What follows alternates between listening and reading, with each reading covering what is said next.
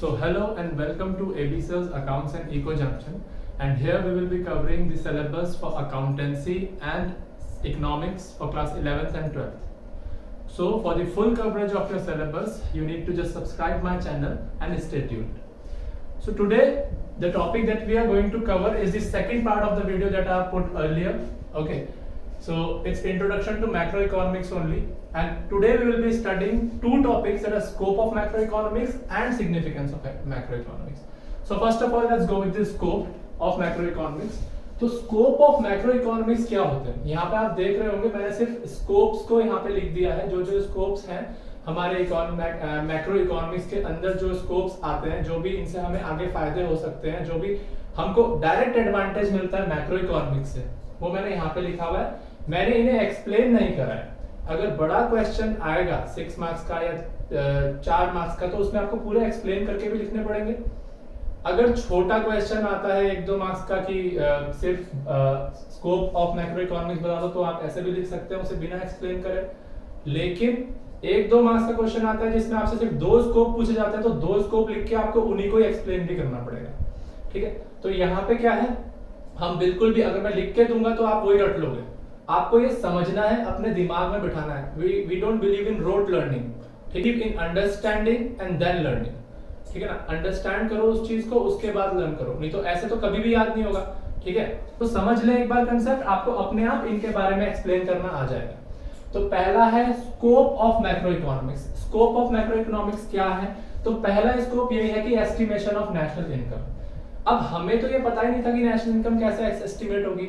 ठीक है, इस चीज को एस्टिमेट करने के लिए सब्जेक्ट बनाना पड़ा मैक्रो इकोनॉमिक्स।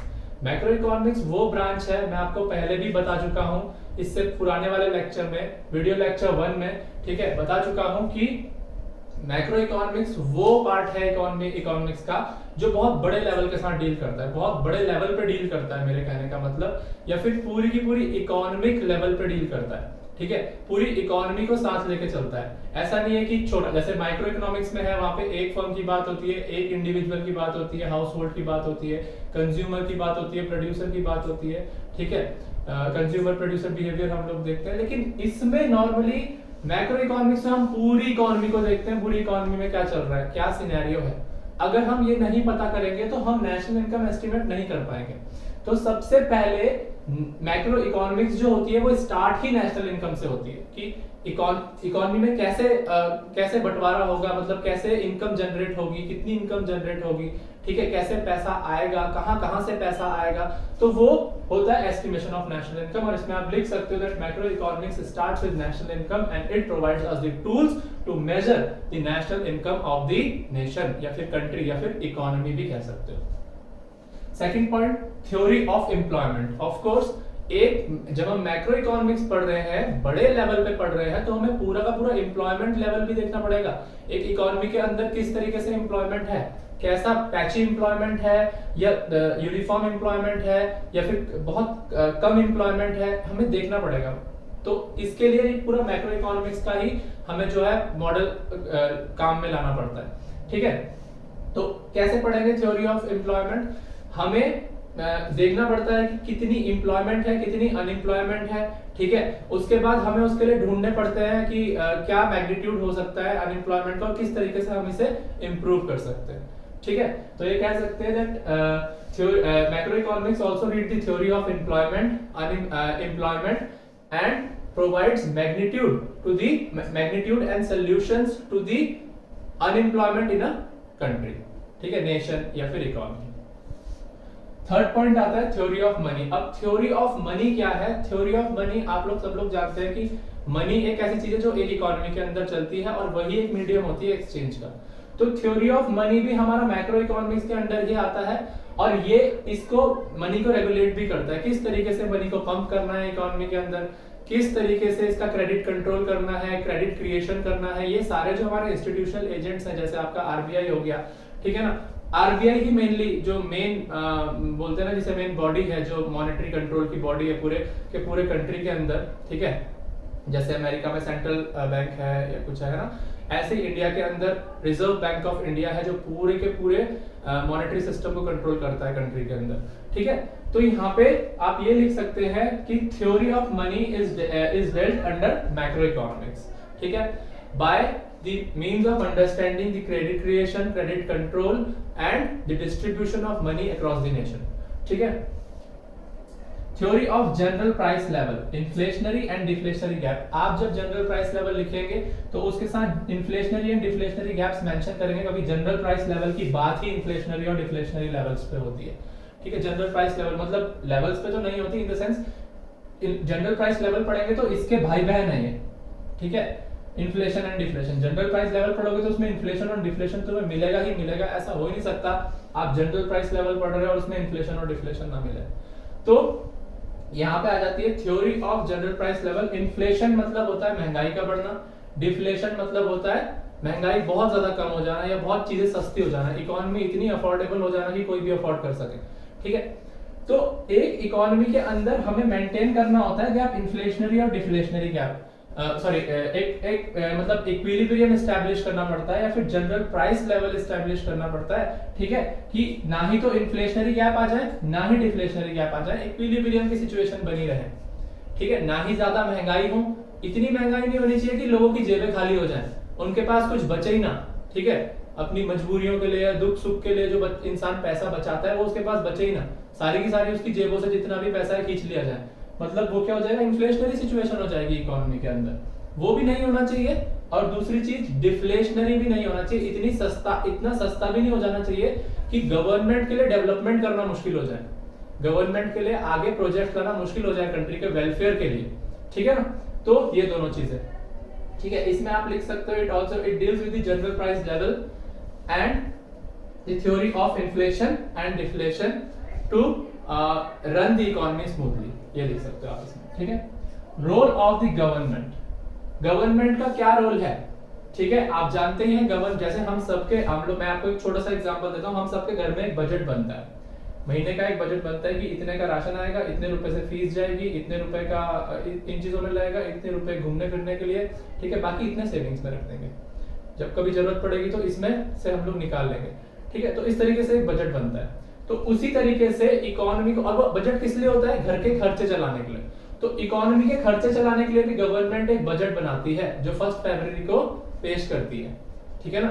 जो गवर्नमेंट हमारा अभी भी आपने सुना होगा, बीच में न्यूज काफी चल रहा था, बजट पेश किया है, हमारा डिजिटल बजट पेश करा था इस बार आपकी फाइनेंस मिनिस्टर निर्मला सीतारमन ने, ठीक है। तो जो है गवर्नमेंट का बजट जरूरी है, क्योंकि इकोनॉमी को डेवलप करने के लिए कहीं ना कहीं से तो मनी पंपिंग बहुत जरूरी है, क्योंकि जब मनी आएगी इकोनॉमी के अंदर, बजट स्टैब्लिश होगा, ठीक है, बनेगा, उसके बाद बजट का पैसा जो है वो ग्राउंड लेवल पे उतरेगा, तो बहुत सारे सेक्टर्स में डेवलपमेंट होगी, ठीक है, सभी सेक्टर्स में डेवलपमेंट होगी हमारी, ठीक है। तो also studies the behaviour of government budget, ठीक है, how the government budget is to be presented, how the government budget is to be distributed through the economy. और इसके बाद यहाँ पे जो 6 पॉइंट आ जाता है आपका, वो है exchange rate and balance of payments. आपको पता होगा कि हमारा एक एक्सचेंज रेट होता है दूसरे कंट्रीज के साथ, हर कंट्री, किसी कंट्री की जो करेंसी होती है वो पावरफुल होती है, किसी कंट्री की करेंसी वीक होती है, it all depends on foreign exchange and other things as well, gold reserves and so many things are there that make a currency of a country powerful. वो तो हम आगे पढ़ेंगे, मनी एंड बैंकिंग चैप्टर में भी थोड़ा बहुत बता दूंगा उसके बारे में, और उसके बाद में तुम्हें फॉरेन एक्सचेंज रेट वाले चैप्टर में भी बताऊंगा, ठीक है। लेकिन फिलहाल ये जानना है कि एक्सचेंज रेट जो होता है वो क्या होता है। जैसे डॉलर का एक्सचेंज रेट इस time I think it's around 75 और 76, I don't think so that my figures are totally correct or not, because I have not updated myself since a month, okay। तो जब मैंने देखा था it was 74 or 75 something like that only, okay। so अभी तो फिलहाल जो भी है, लेकिन हम ये बता रहे थे कि एक करेंसी का एक्सचेंज रेट दूसरे कंट्री में आकर के, उस कंट्री की वैल्यू किसी और देश में जाकर के, किसी और कंट्री के अंदर जाकर, तो एक्सचेंज रेट वही होता है। जैसे डॉलर अगर इंडिया के अंदर, $1 यूएसए का इंडिया के अंदर आएगा तो उसकी वैल्यू 74 to 76 के बीच में हो जाएगी, ठीक है। तो वो डिफाइन करता है आपकी करेंसी कितनी पावरफुल है और कितनी वीक है। जैसे इंडिया का एक रुपए जाएगा तो वहां पे उनके डॉलर का 74वां भाग, 75वां हिस्सा होगा, है ना। तो बहुत एक सेंट उनका सेंट भी नहीं बन पाएगा शायद, ठीक है ना। सेंट्स जो होते हैं उनके कॉइन्स होते हैं अमेरिकन के, ठीक है। तो exchange rate and balance of payments को भी हमारा scope of macro economics read करते हैं। और एक्सचेंज रेट क्या होता है, कैसे गवर्नमेंट इसे रेगुलेट करती है ना, ये पूरा का पूरा मैक्रो इकोनॉमिक मॉडल के अंदर हम पढ़ते हैं, ठीक है ना। तो गवर्नमेंट किस तरीके से एक्सचेंज रेट रखे, आगे जाके फॉरेन एक्सचेंज चैप्टर में आप पढ़ोगे कि क्या एक्चुअल में फॉरेन रेट होता है और कितना बढ़ा के या कितना कम करके गवर्नमेंट रखती है उसे। ज्यादातर गवर्नमेंट से करती है बढ़ा के रखती है ताकि फॉरेन इन्वेस्टमेंट्स अंदर आए। जितना ज्यादा हमारी करेंसी दूसरी करेंसी के आगे, जो करेंसी अमीर है, जिसका एक्सचेंज रेट बहुत तगड़ा होगा, या फिर जो करेंसी हमसे ज्यादा अच्छा परफॉर्म कर रही है, अगर हमारे पास हम लोग अपना जो रेट है फॉरेन एक्सचेंज रेट उसे बढ़ा के रखेंगे ना, तो वो कंट्री हमारी कंट्री के अंदर इन्वेस्ट करने के लिए ईगर रहेगी, ठीक है, क्योंकि उनको लगेगा कि हाँ यार यहाँ पे पैसा अच्छा मिलेगा, तो हम लोग वहीं जाते हैं जहां से हमें रिटर्न अच्छा मिलता है। और बैलेंस ऑफ पेमेंट्स क्या होता है, बैलेंस ऑफ पेमेंट वो स्टेटस होता है कि हमारी कंट्री के दूसरी कंट्री के रिलेशन में किस तरीके से जो हमारा सिस्टम है इंपोर्ट्स और एक्सपोर्ट का, ये परफॉर्मेंस कह सकते हो हमारी कंट्री की कैसी है दूसरी कंट्री के अकॉर्डिंग, ठीक है ना। तो बैलेंस ऑफ पेमेंट स्टेटस, तो इसमें आप ये कह सकते हो macroeconomics also helps us to read the exchange rate, ठीक है, through the foreign exchange system and the balance of payments in the country, ठीक है। यहाँ पे आपके स्कोप जो होते हैं खत्म होते हैं, आप इसको अपनी लैंग्वेज में लिख लेना। अब हम चलते हैं सिग्निफिकेंस ऑफ मैक्रो इकोनॉमिक्स की तरफ। देखिए सिग्निफिकेंस ऑफ मैक्रो इकोनॉमिक्स, जो वर्ड सिग्निफिकेंस है इसका मतलब है इंपॉर्टेंस, किसी भी चीज की इंपॉर्टेंस, ठीक है। तो अगर इजी उसमें बोले तो इंपॉर्टेंस ऑफ मैक्रो इकोनॉमिक्स बोल सकते हो आप लोग इसको, ठीक है ना। तो पहला ही है description of the economy. Description of the economy किस तरीके से इकोनॉमी को डिस्क्राइब करना, ठीक है ना। नेशनल इनकम के उससे अनएम्प्लॉयमेंट और वो रीड करते हुए employment status, unemployment status, poverty status read करते हुए हमें पूरी की पूरी इकोनॉमी का डिस्क्रिप्शन देता है। Foreign exchange, government budget, balance of payments, इन सब का एक्सप्लेनेशन देता है। तो इसका इंपॉर्टेंस यही है, मैक्रो इकोनॉमिक्स के होने का इंपॉर्टेंस ये है कि हमें बहुत चीजों की समझ देता है, हमें बहुत डिस्क्राइब करके इकोनॉमी के बारे में, एक अर्थव्यवस्था के बारे में बताता है, ठीक है। तो इसको मुझे लगता है आप लिख लोगे इसके बारे में, that macroeconomics provide a detailed description of economy through the measurement of national income and reading the poverty of the country, studying the employment levels in a country and government budget and foreign exchange, balance of payment and balance of payment system of a country, ठीक है ना, इस तरीके से। तो अगला point आता है road map to growth and development. ये क्या प्रोवाइड करता है, रोड मैप प्रोवाइड करता है, जैसे एक ब्लूप्रिंट होता है ना, जैसे एक मैप प्रोवाइड करता है, ठीक है ना। किसी तरीके से बोल सकते हो आप एक ऊपरी सतह देता है उसकी, कि मतलब भाई देख लो इस तरीके से किस तक पहुंचोगे, कामयाबी में पहुंचोगे, ग्रोथ और डेवलपमेंट की तरफ पहुंचोगे, ठीक है। It provides the roadmap of growth and development to the economy by seeing its standard of exchange, its standards of poverty, reading the poverty, unemployment and providing magnitude and solutions for the improvement of the economy. अगला point आ जाता है economic stability. ये ensure करता है significance of economics की macro economics की हमारी economics के अंदर, इस इकोनॉमी के अंदर स्टेबिलिटी रहे। ये सिग्निफाई, और थर्ड पॉइंट है, ठीक है, इकोनॉमिक स्टेबिलिटी। ये हमारा जो सिग्निफिकेंस या फिर इंपॉर्टेंस ऑफ मैक्रो इकोनॉमिक्स होते हैं, ये इंश्योर करते हैं इकोनॉमिक स्टेबिलिटी, कि एक इकोनॉमी के अंदर प्रॉपरली स्टेबिलिटी आए, ठीक से इकोनॉमी का जो सिस्टम है वो स्टेबल हो सके, ठीक है, इन्फ्लेशनरी गैप ना आए, डिफ्लेशनरी गैप ना आए, ठीक है ना। तो इसको आप लिख सकते हो शॉर्ट में, अगर आपको लिखना है तो इकोनॉमिक स्टेबिलिटी के बारे में, that significance of macro economics, या फिर one more significant of macro economics, significance of macroeconomics is that it provides us economic stability by keeping the economy in control and general price level in control and not letting inflationary or deflationary gaps come in the economy, ठीक है। Balance of payment status, ठीक है, economic stability कैसे आएगी। दूसरी चीज balance of payment status, देखो इसके बाद ही इसने दिया हुआ है, क्योंकि इकोनॉमिक स्टेबिलिटी में भी है balance of payments. Economic stability में बैलेंस ऑफ पेमेंट्स भी नापा जाता है, क्योंकि इकोनॉमिक स्टेबिलिटी तभी आएगी जब हमारी परफॉर्मेंस एक कंट्री के साथ दूसरी कंट्री की परफॉर्मेंस अच्छी रहेगी, है ना। इकोनॉमिक स्टेबिलिटी तब आएगी हमारे इंटरनेशनली हमारी परफॉर्मेंस अच्छी रहेगी। ये नहीं होता कि हर एक कंट्री में, आपको बता सकता हूं, सारे रिसोर्सेस पैदा करने में या फिर सारे रिसोर्सेस प्रोड्यूस करने में सक्षम नहीं होती। हर एक इकोनॉमी में सब कुछ नहीं बन सकता। तो अलग अलग इकोनॉमीज हैं, उनकी किसी इकोनॉमी में कोई चीज अच्छी है, किसी इकोनॉमी में कोई और रिसोर्स अच्छा है, तो उन रिसोर्सेस को हम लोग क्या एबंडेंटली प्रोड्यूस करते हैं। जिन रिसोर्सेज को हम एबंडेंटली प्रोड्यूस करते हैं उनको हम एक्सपोर्ट कर सकते हैं। जिन रिसोर्सेज को कोई और कंट्री एबंडेंटली इन दी एम्पल अमाउंट प्रोड्यूस करते हैं, वो क्या करते हैं, इसको हम लोग इंपोर्ट कर लेते हैं और हमें उनकी जरूरत भी हो तब, ठीक है ना।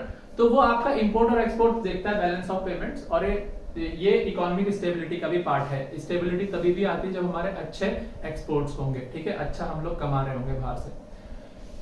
फोर्थ पॉइंट इसके बाद ही डाला हुआ है बैलेंस ऑफ पेमेंट्स, जिसे कि आप बोलते हो the performance of a country in regarding in relation to the other country, और इंटरनेशनल मार्केट में जिस भी कंट्री के साथ हम लोग इंपोर्ट एक्सपोर्ट करते हैं, डीलिंग्स चलती है हमारी, ठीक है, इंटरनेशनल मार्केट में, वो बैलेंस ऑफ पेमेंट स्टेटस बताता है।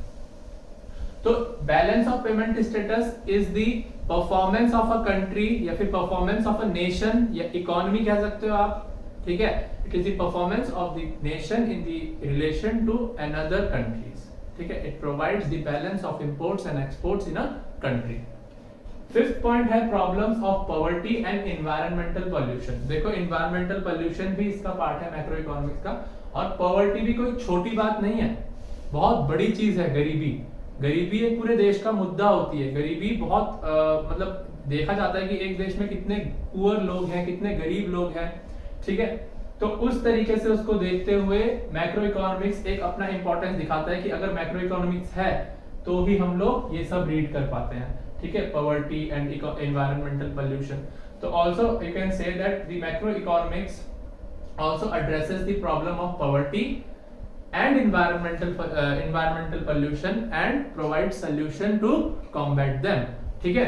उनके लिए सॉल्यूशंस भी क्रिएट बनाता है, ठीक है। किस तरीके से अगर कंट्री में ज्यादा गरीबी है तो उस गरीबी को ऊपर कैसे लाया जाए, उस गरीबी को मतलब थोड़ा अमीर कैसे, गरीब लोगों को थोड़ा बहुत पैसा देकर के उनको स्टेबल कैसे बनाया जाए। अमीर तो चलो बात की बात है, लेकिन पहले तो उनकी इकोनॉमिक जो स्टेटस है उसे स्टेबल करना पड़ेगा, ठीक है। तो उसको स्टेबल कैसे किया जाए ये सब कुछ रीड करता है, और इन इंपॉर्टेंस की वजह से ही है कि हमें इनके सॉल्यूशंस मिल पाते हैं।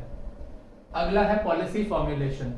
अब गवर्नमेंट बजट जो होता है, ठीक है, गवर्नमेंट बजट को देखते हुए गवर्नमेंट अपना बजट पेश करती है, क्या देखते हुए, कंट्री में क्या क्या प्रॉब्लम है। जैसे आपका मनी के रिगार्डिंग प्रॉब्लम हो सकता है, आपका लॉ एंड ऑर्डर के रिगार्डिंग होता है, बहुत सारी चीज हो सकती है, ठीक है। तो ये पॉलिसी फॉर्मुलेट की जाती है हमारे, जैसे आरबीआई है, रिजर्व बैंक ऑफ इंडिया, ये पॉलिसी फॉर्मुलेट करता है क्रेडिट क्रिएशन कैसे होना है, ठीक है, क्रेडिट कंट्रोल कैसे करा जाए, ठीक है, इतना भी महंगा ना हो जाए कि इतनी महंगाई ना हो जाए कि लोगों की जेबें खाली हो जाए, और इतना सस्ता ना हो जाए सामान की फिर कंट्री में डेवलपमेंट होना मुश्किल हो जाए, ठीक है ना। तो पॉलिसी फॉर्मुलेशन करते हैं बड़े लेवल पे, मैक्रो इकोनॉमिक लेवल पे, ठीक है ना। तो इसमें भी आप लिख सकते हो the other significance of macroeconomics is that it helps an economy to for the formulation of policies and implementing them on the grass root level, ठीक है।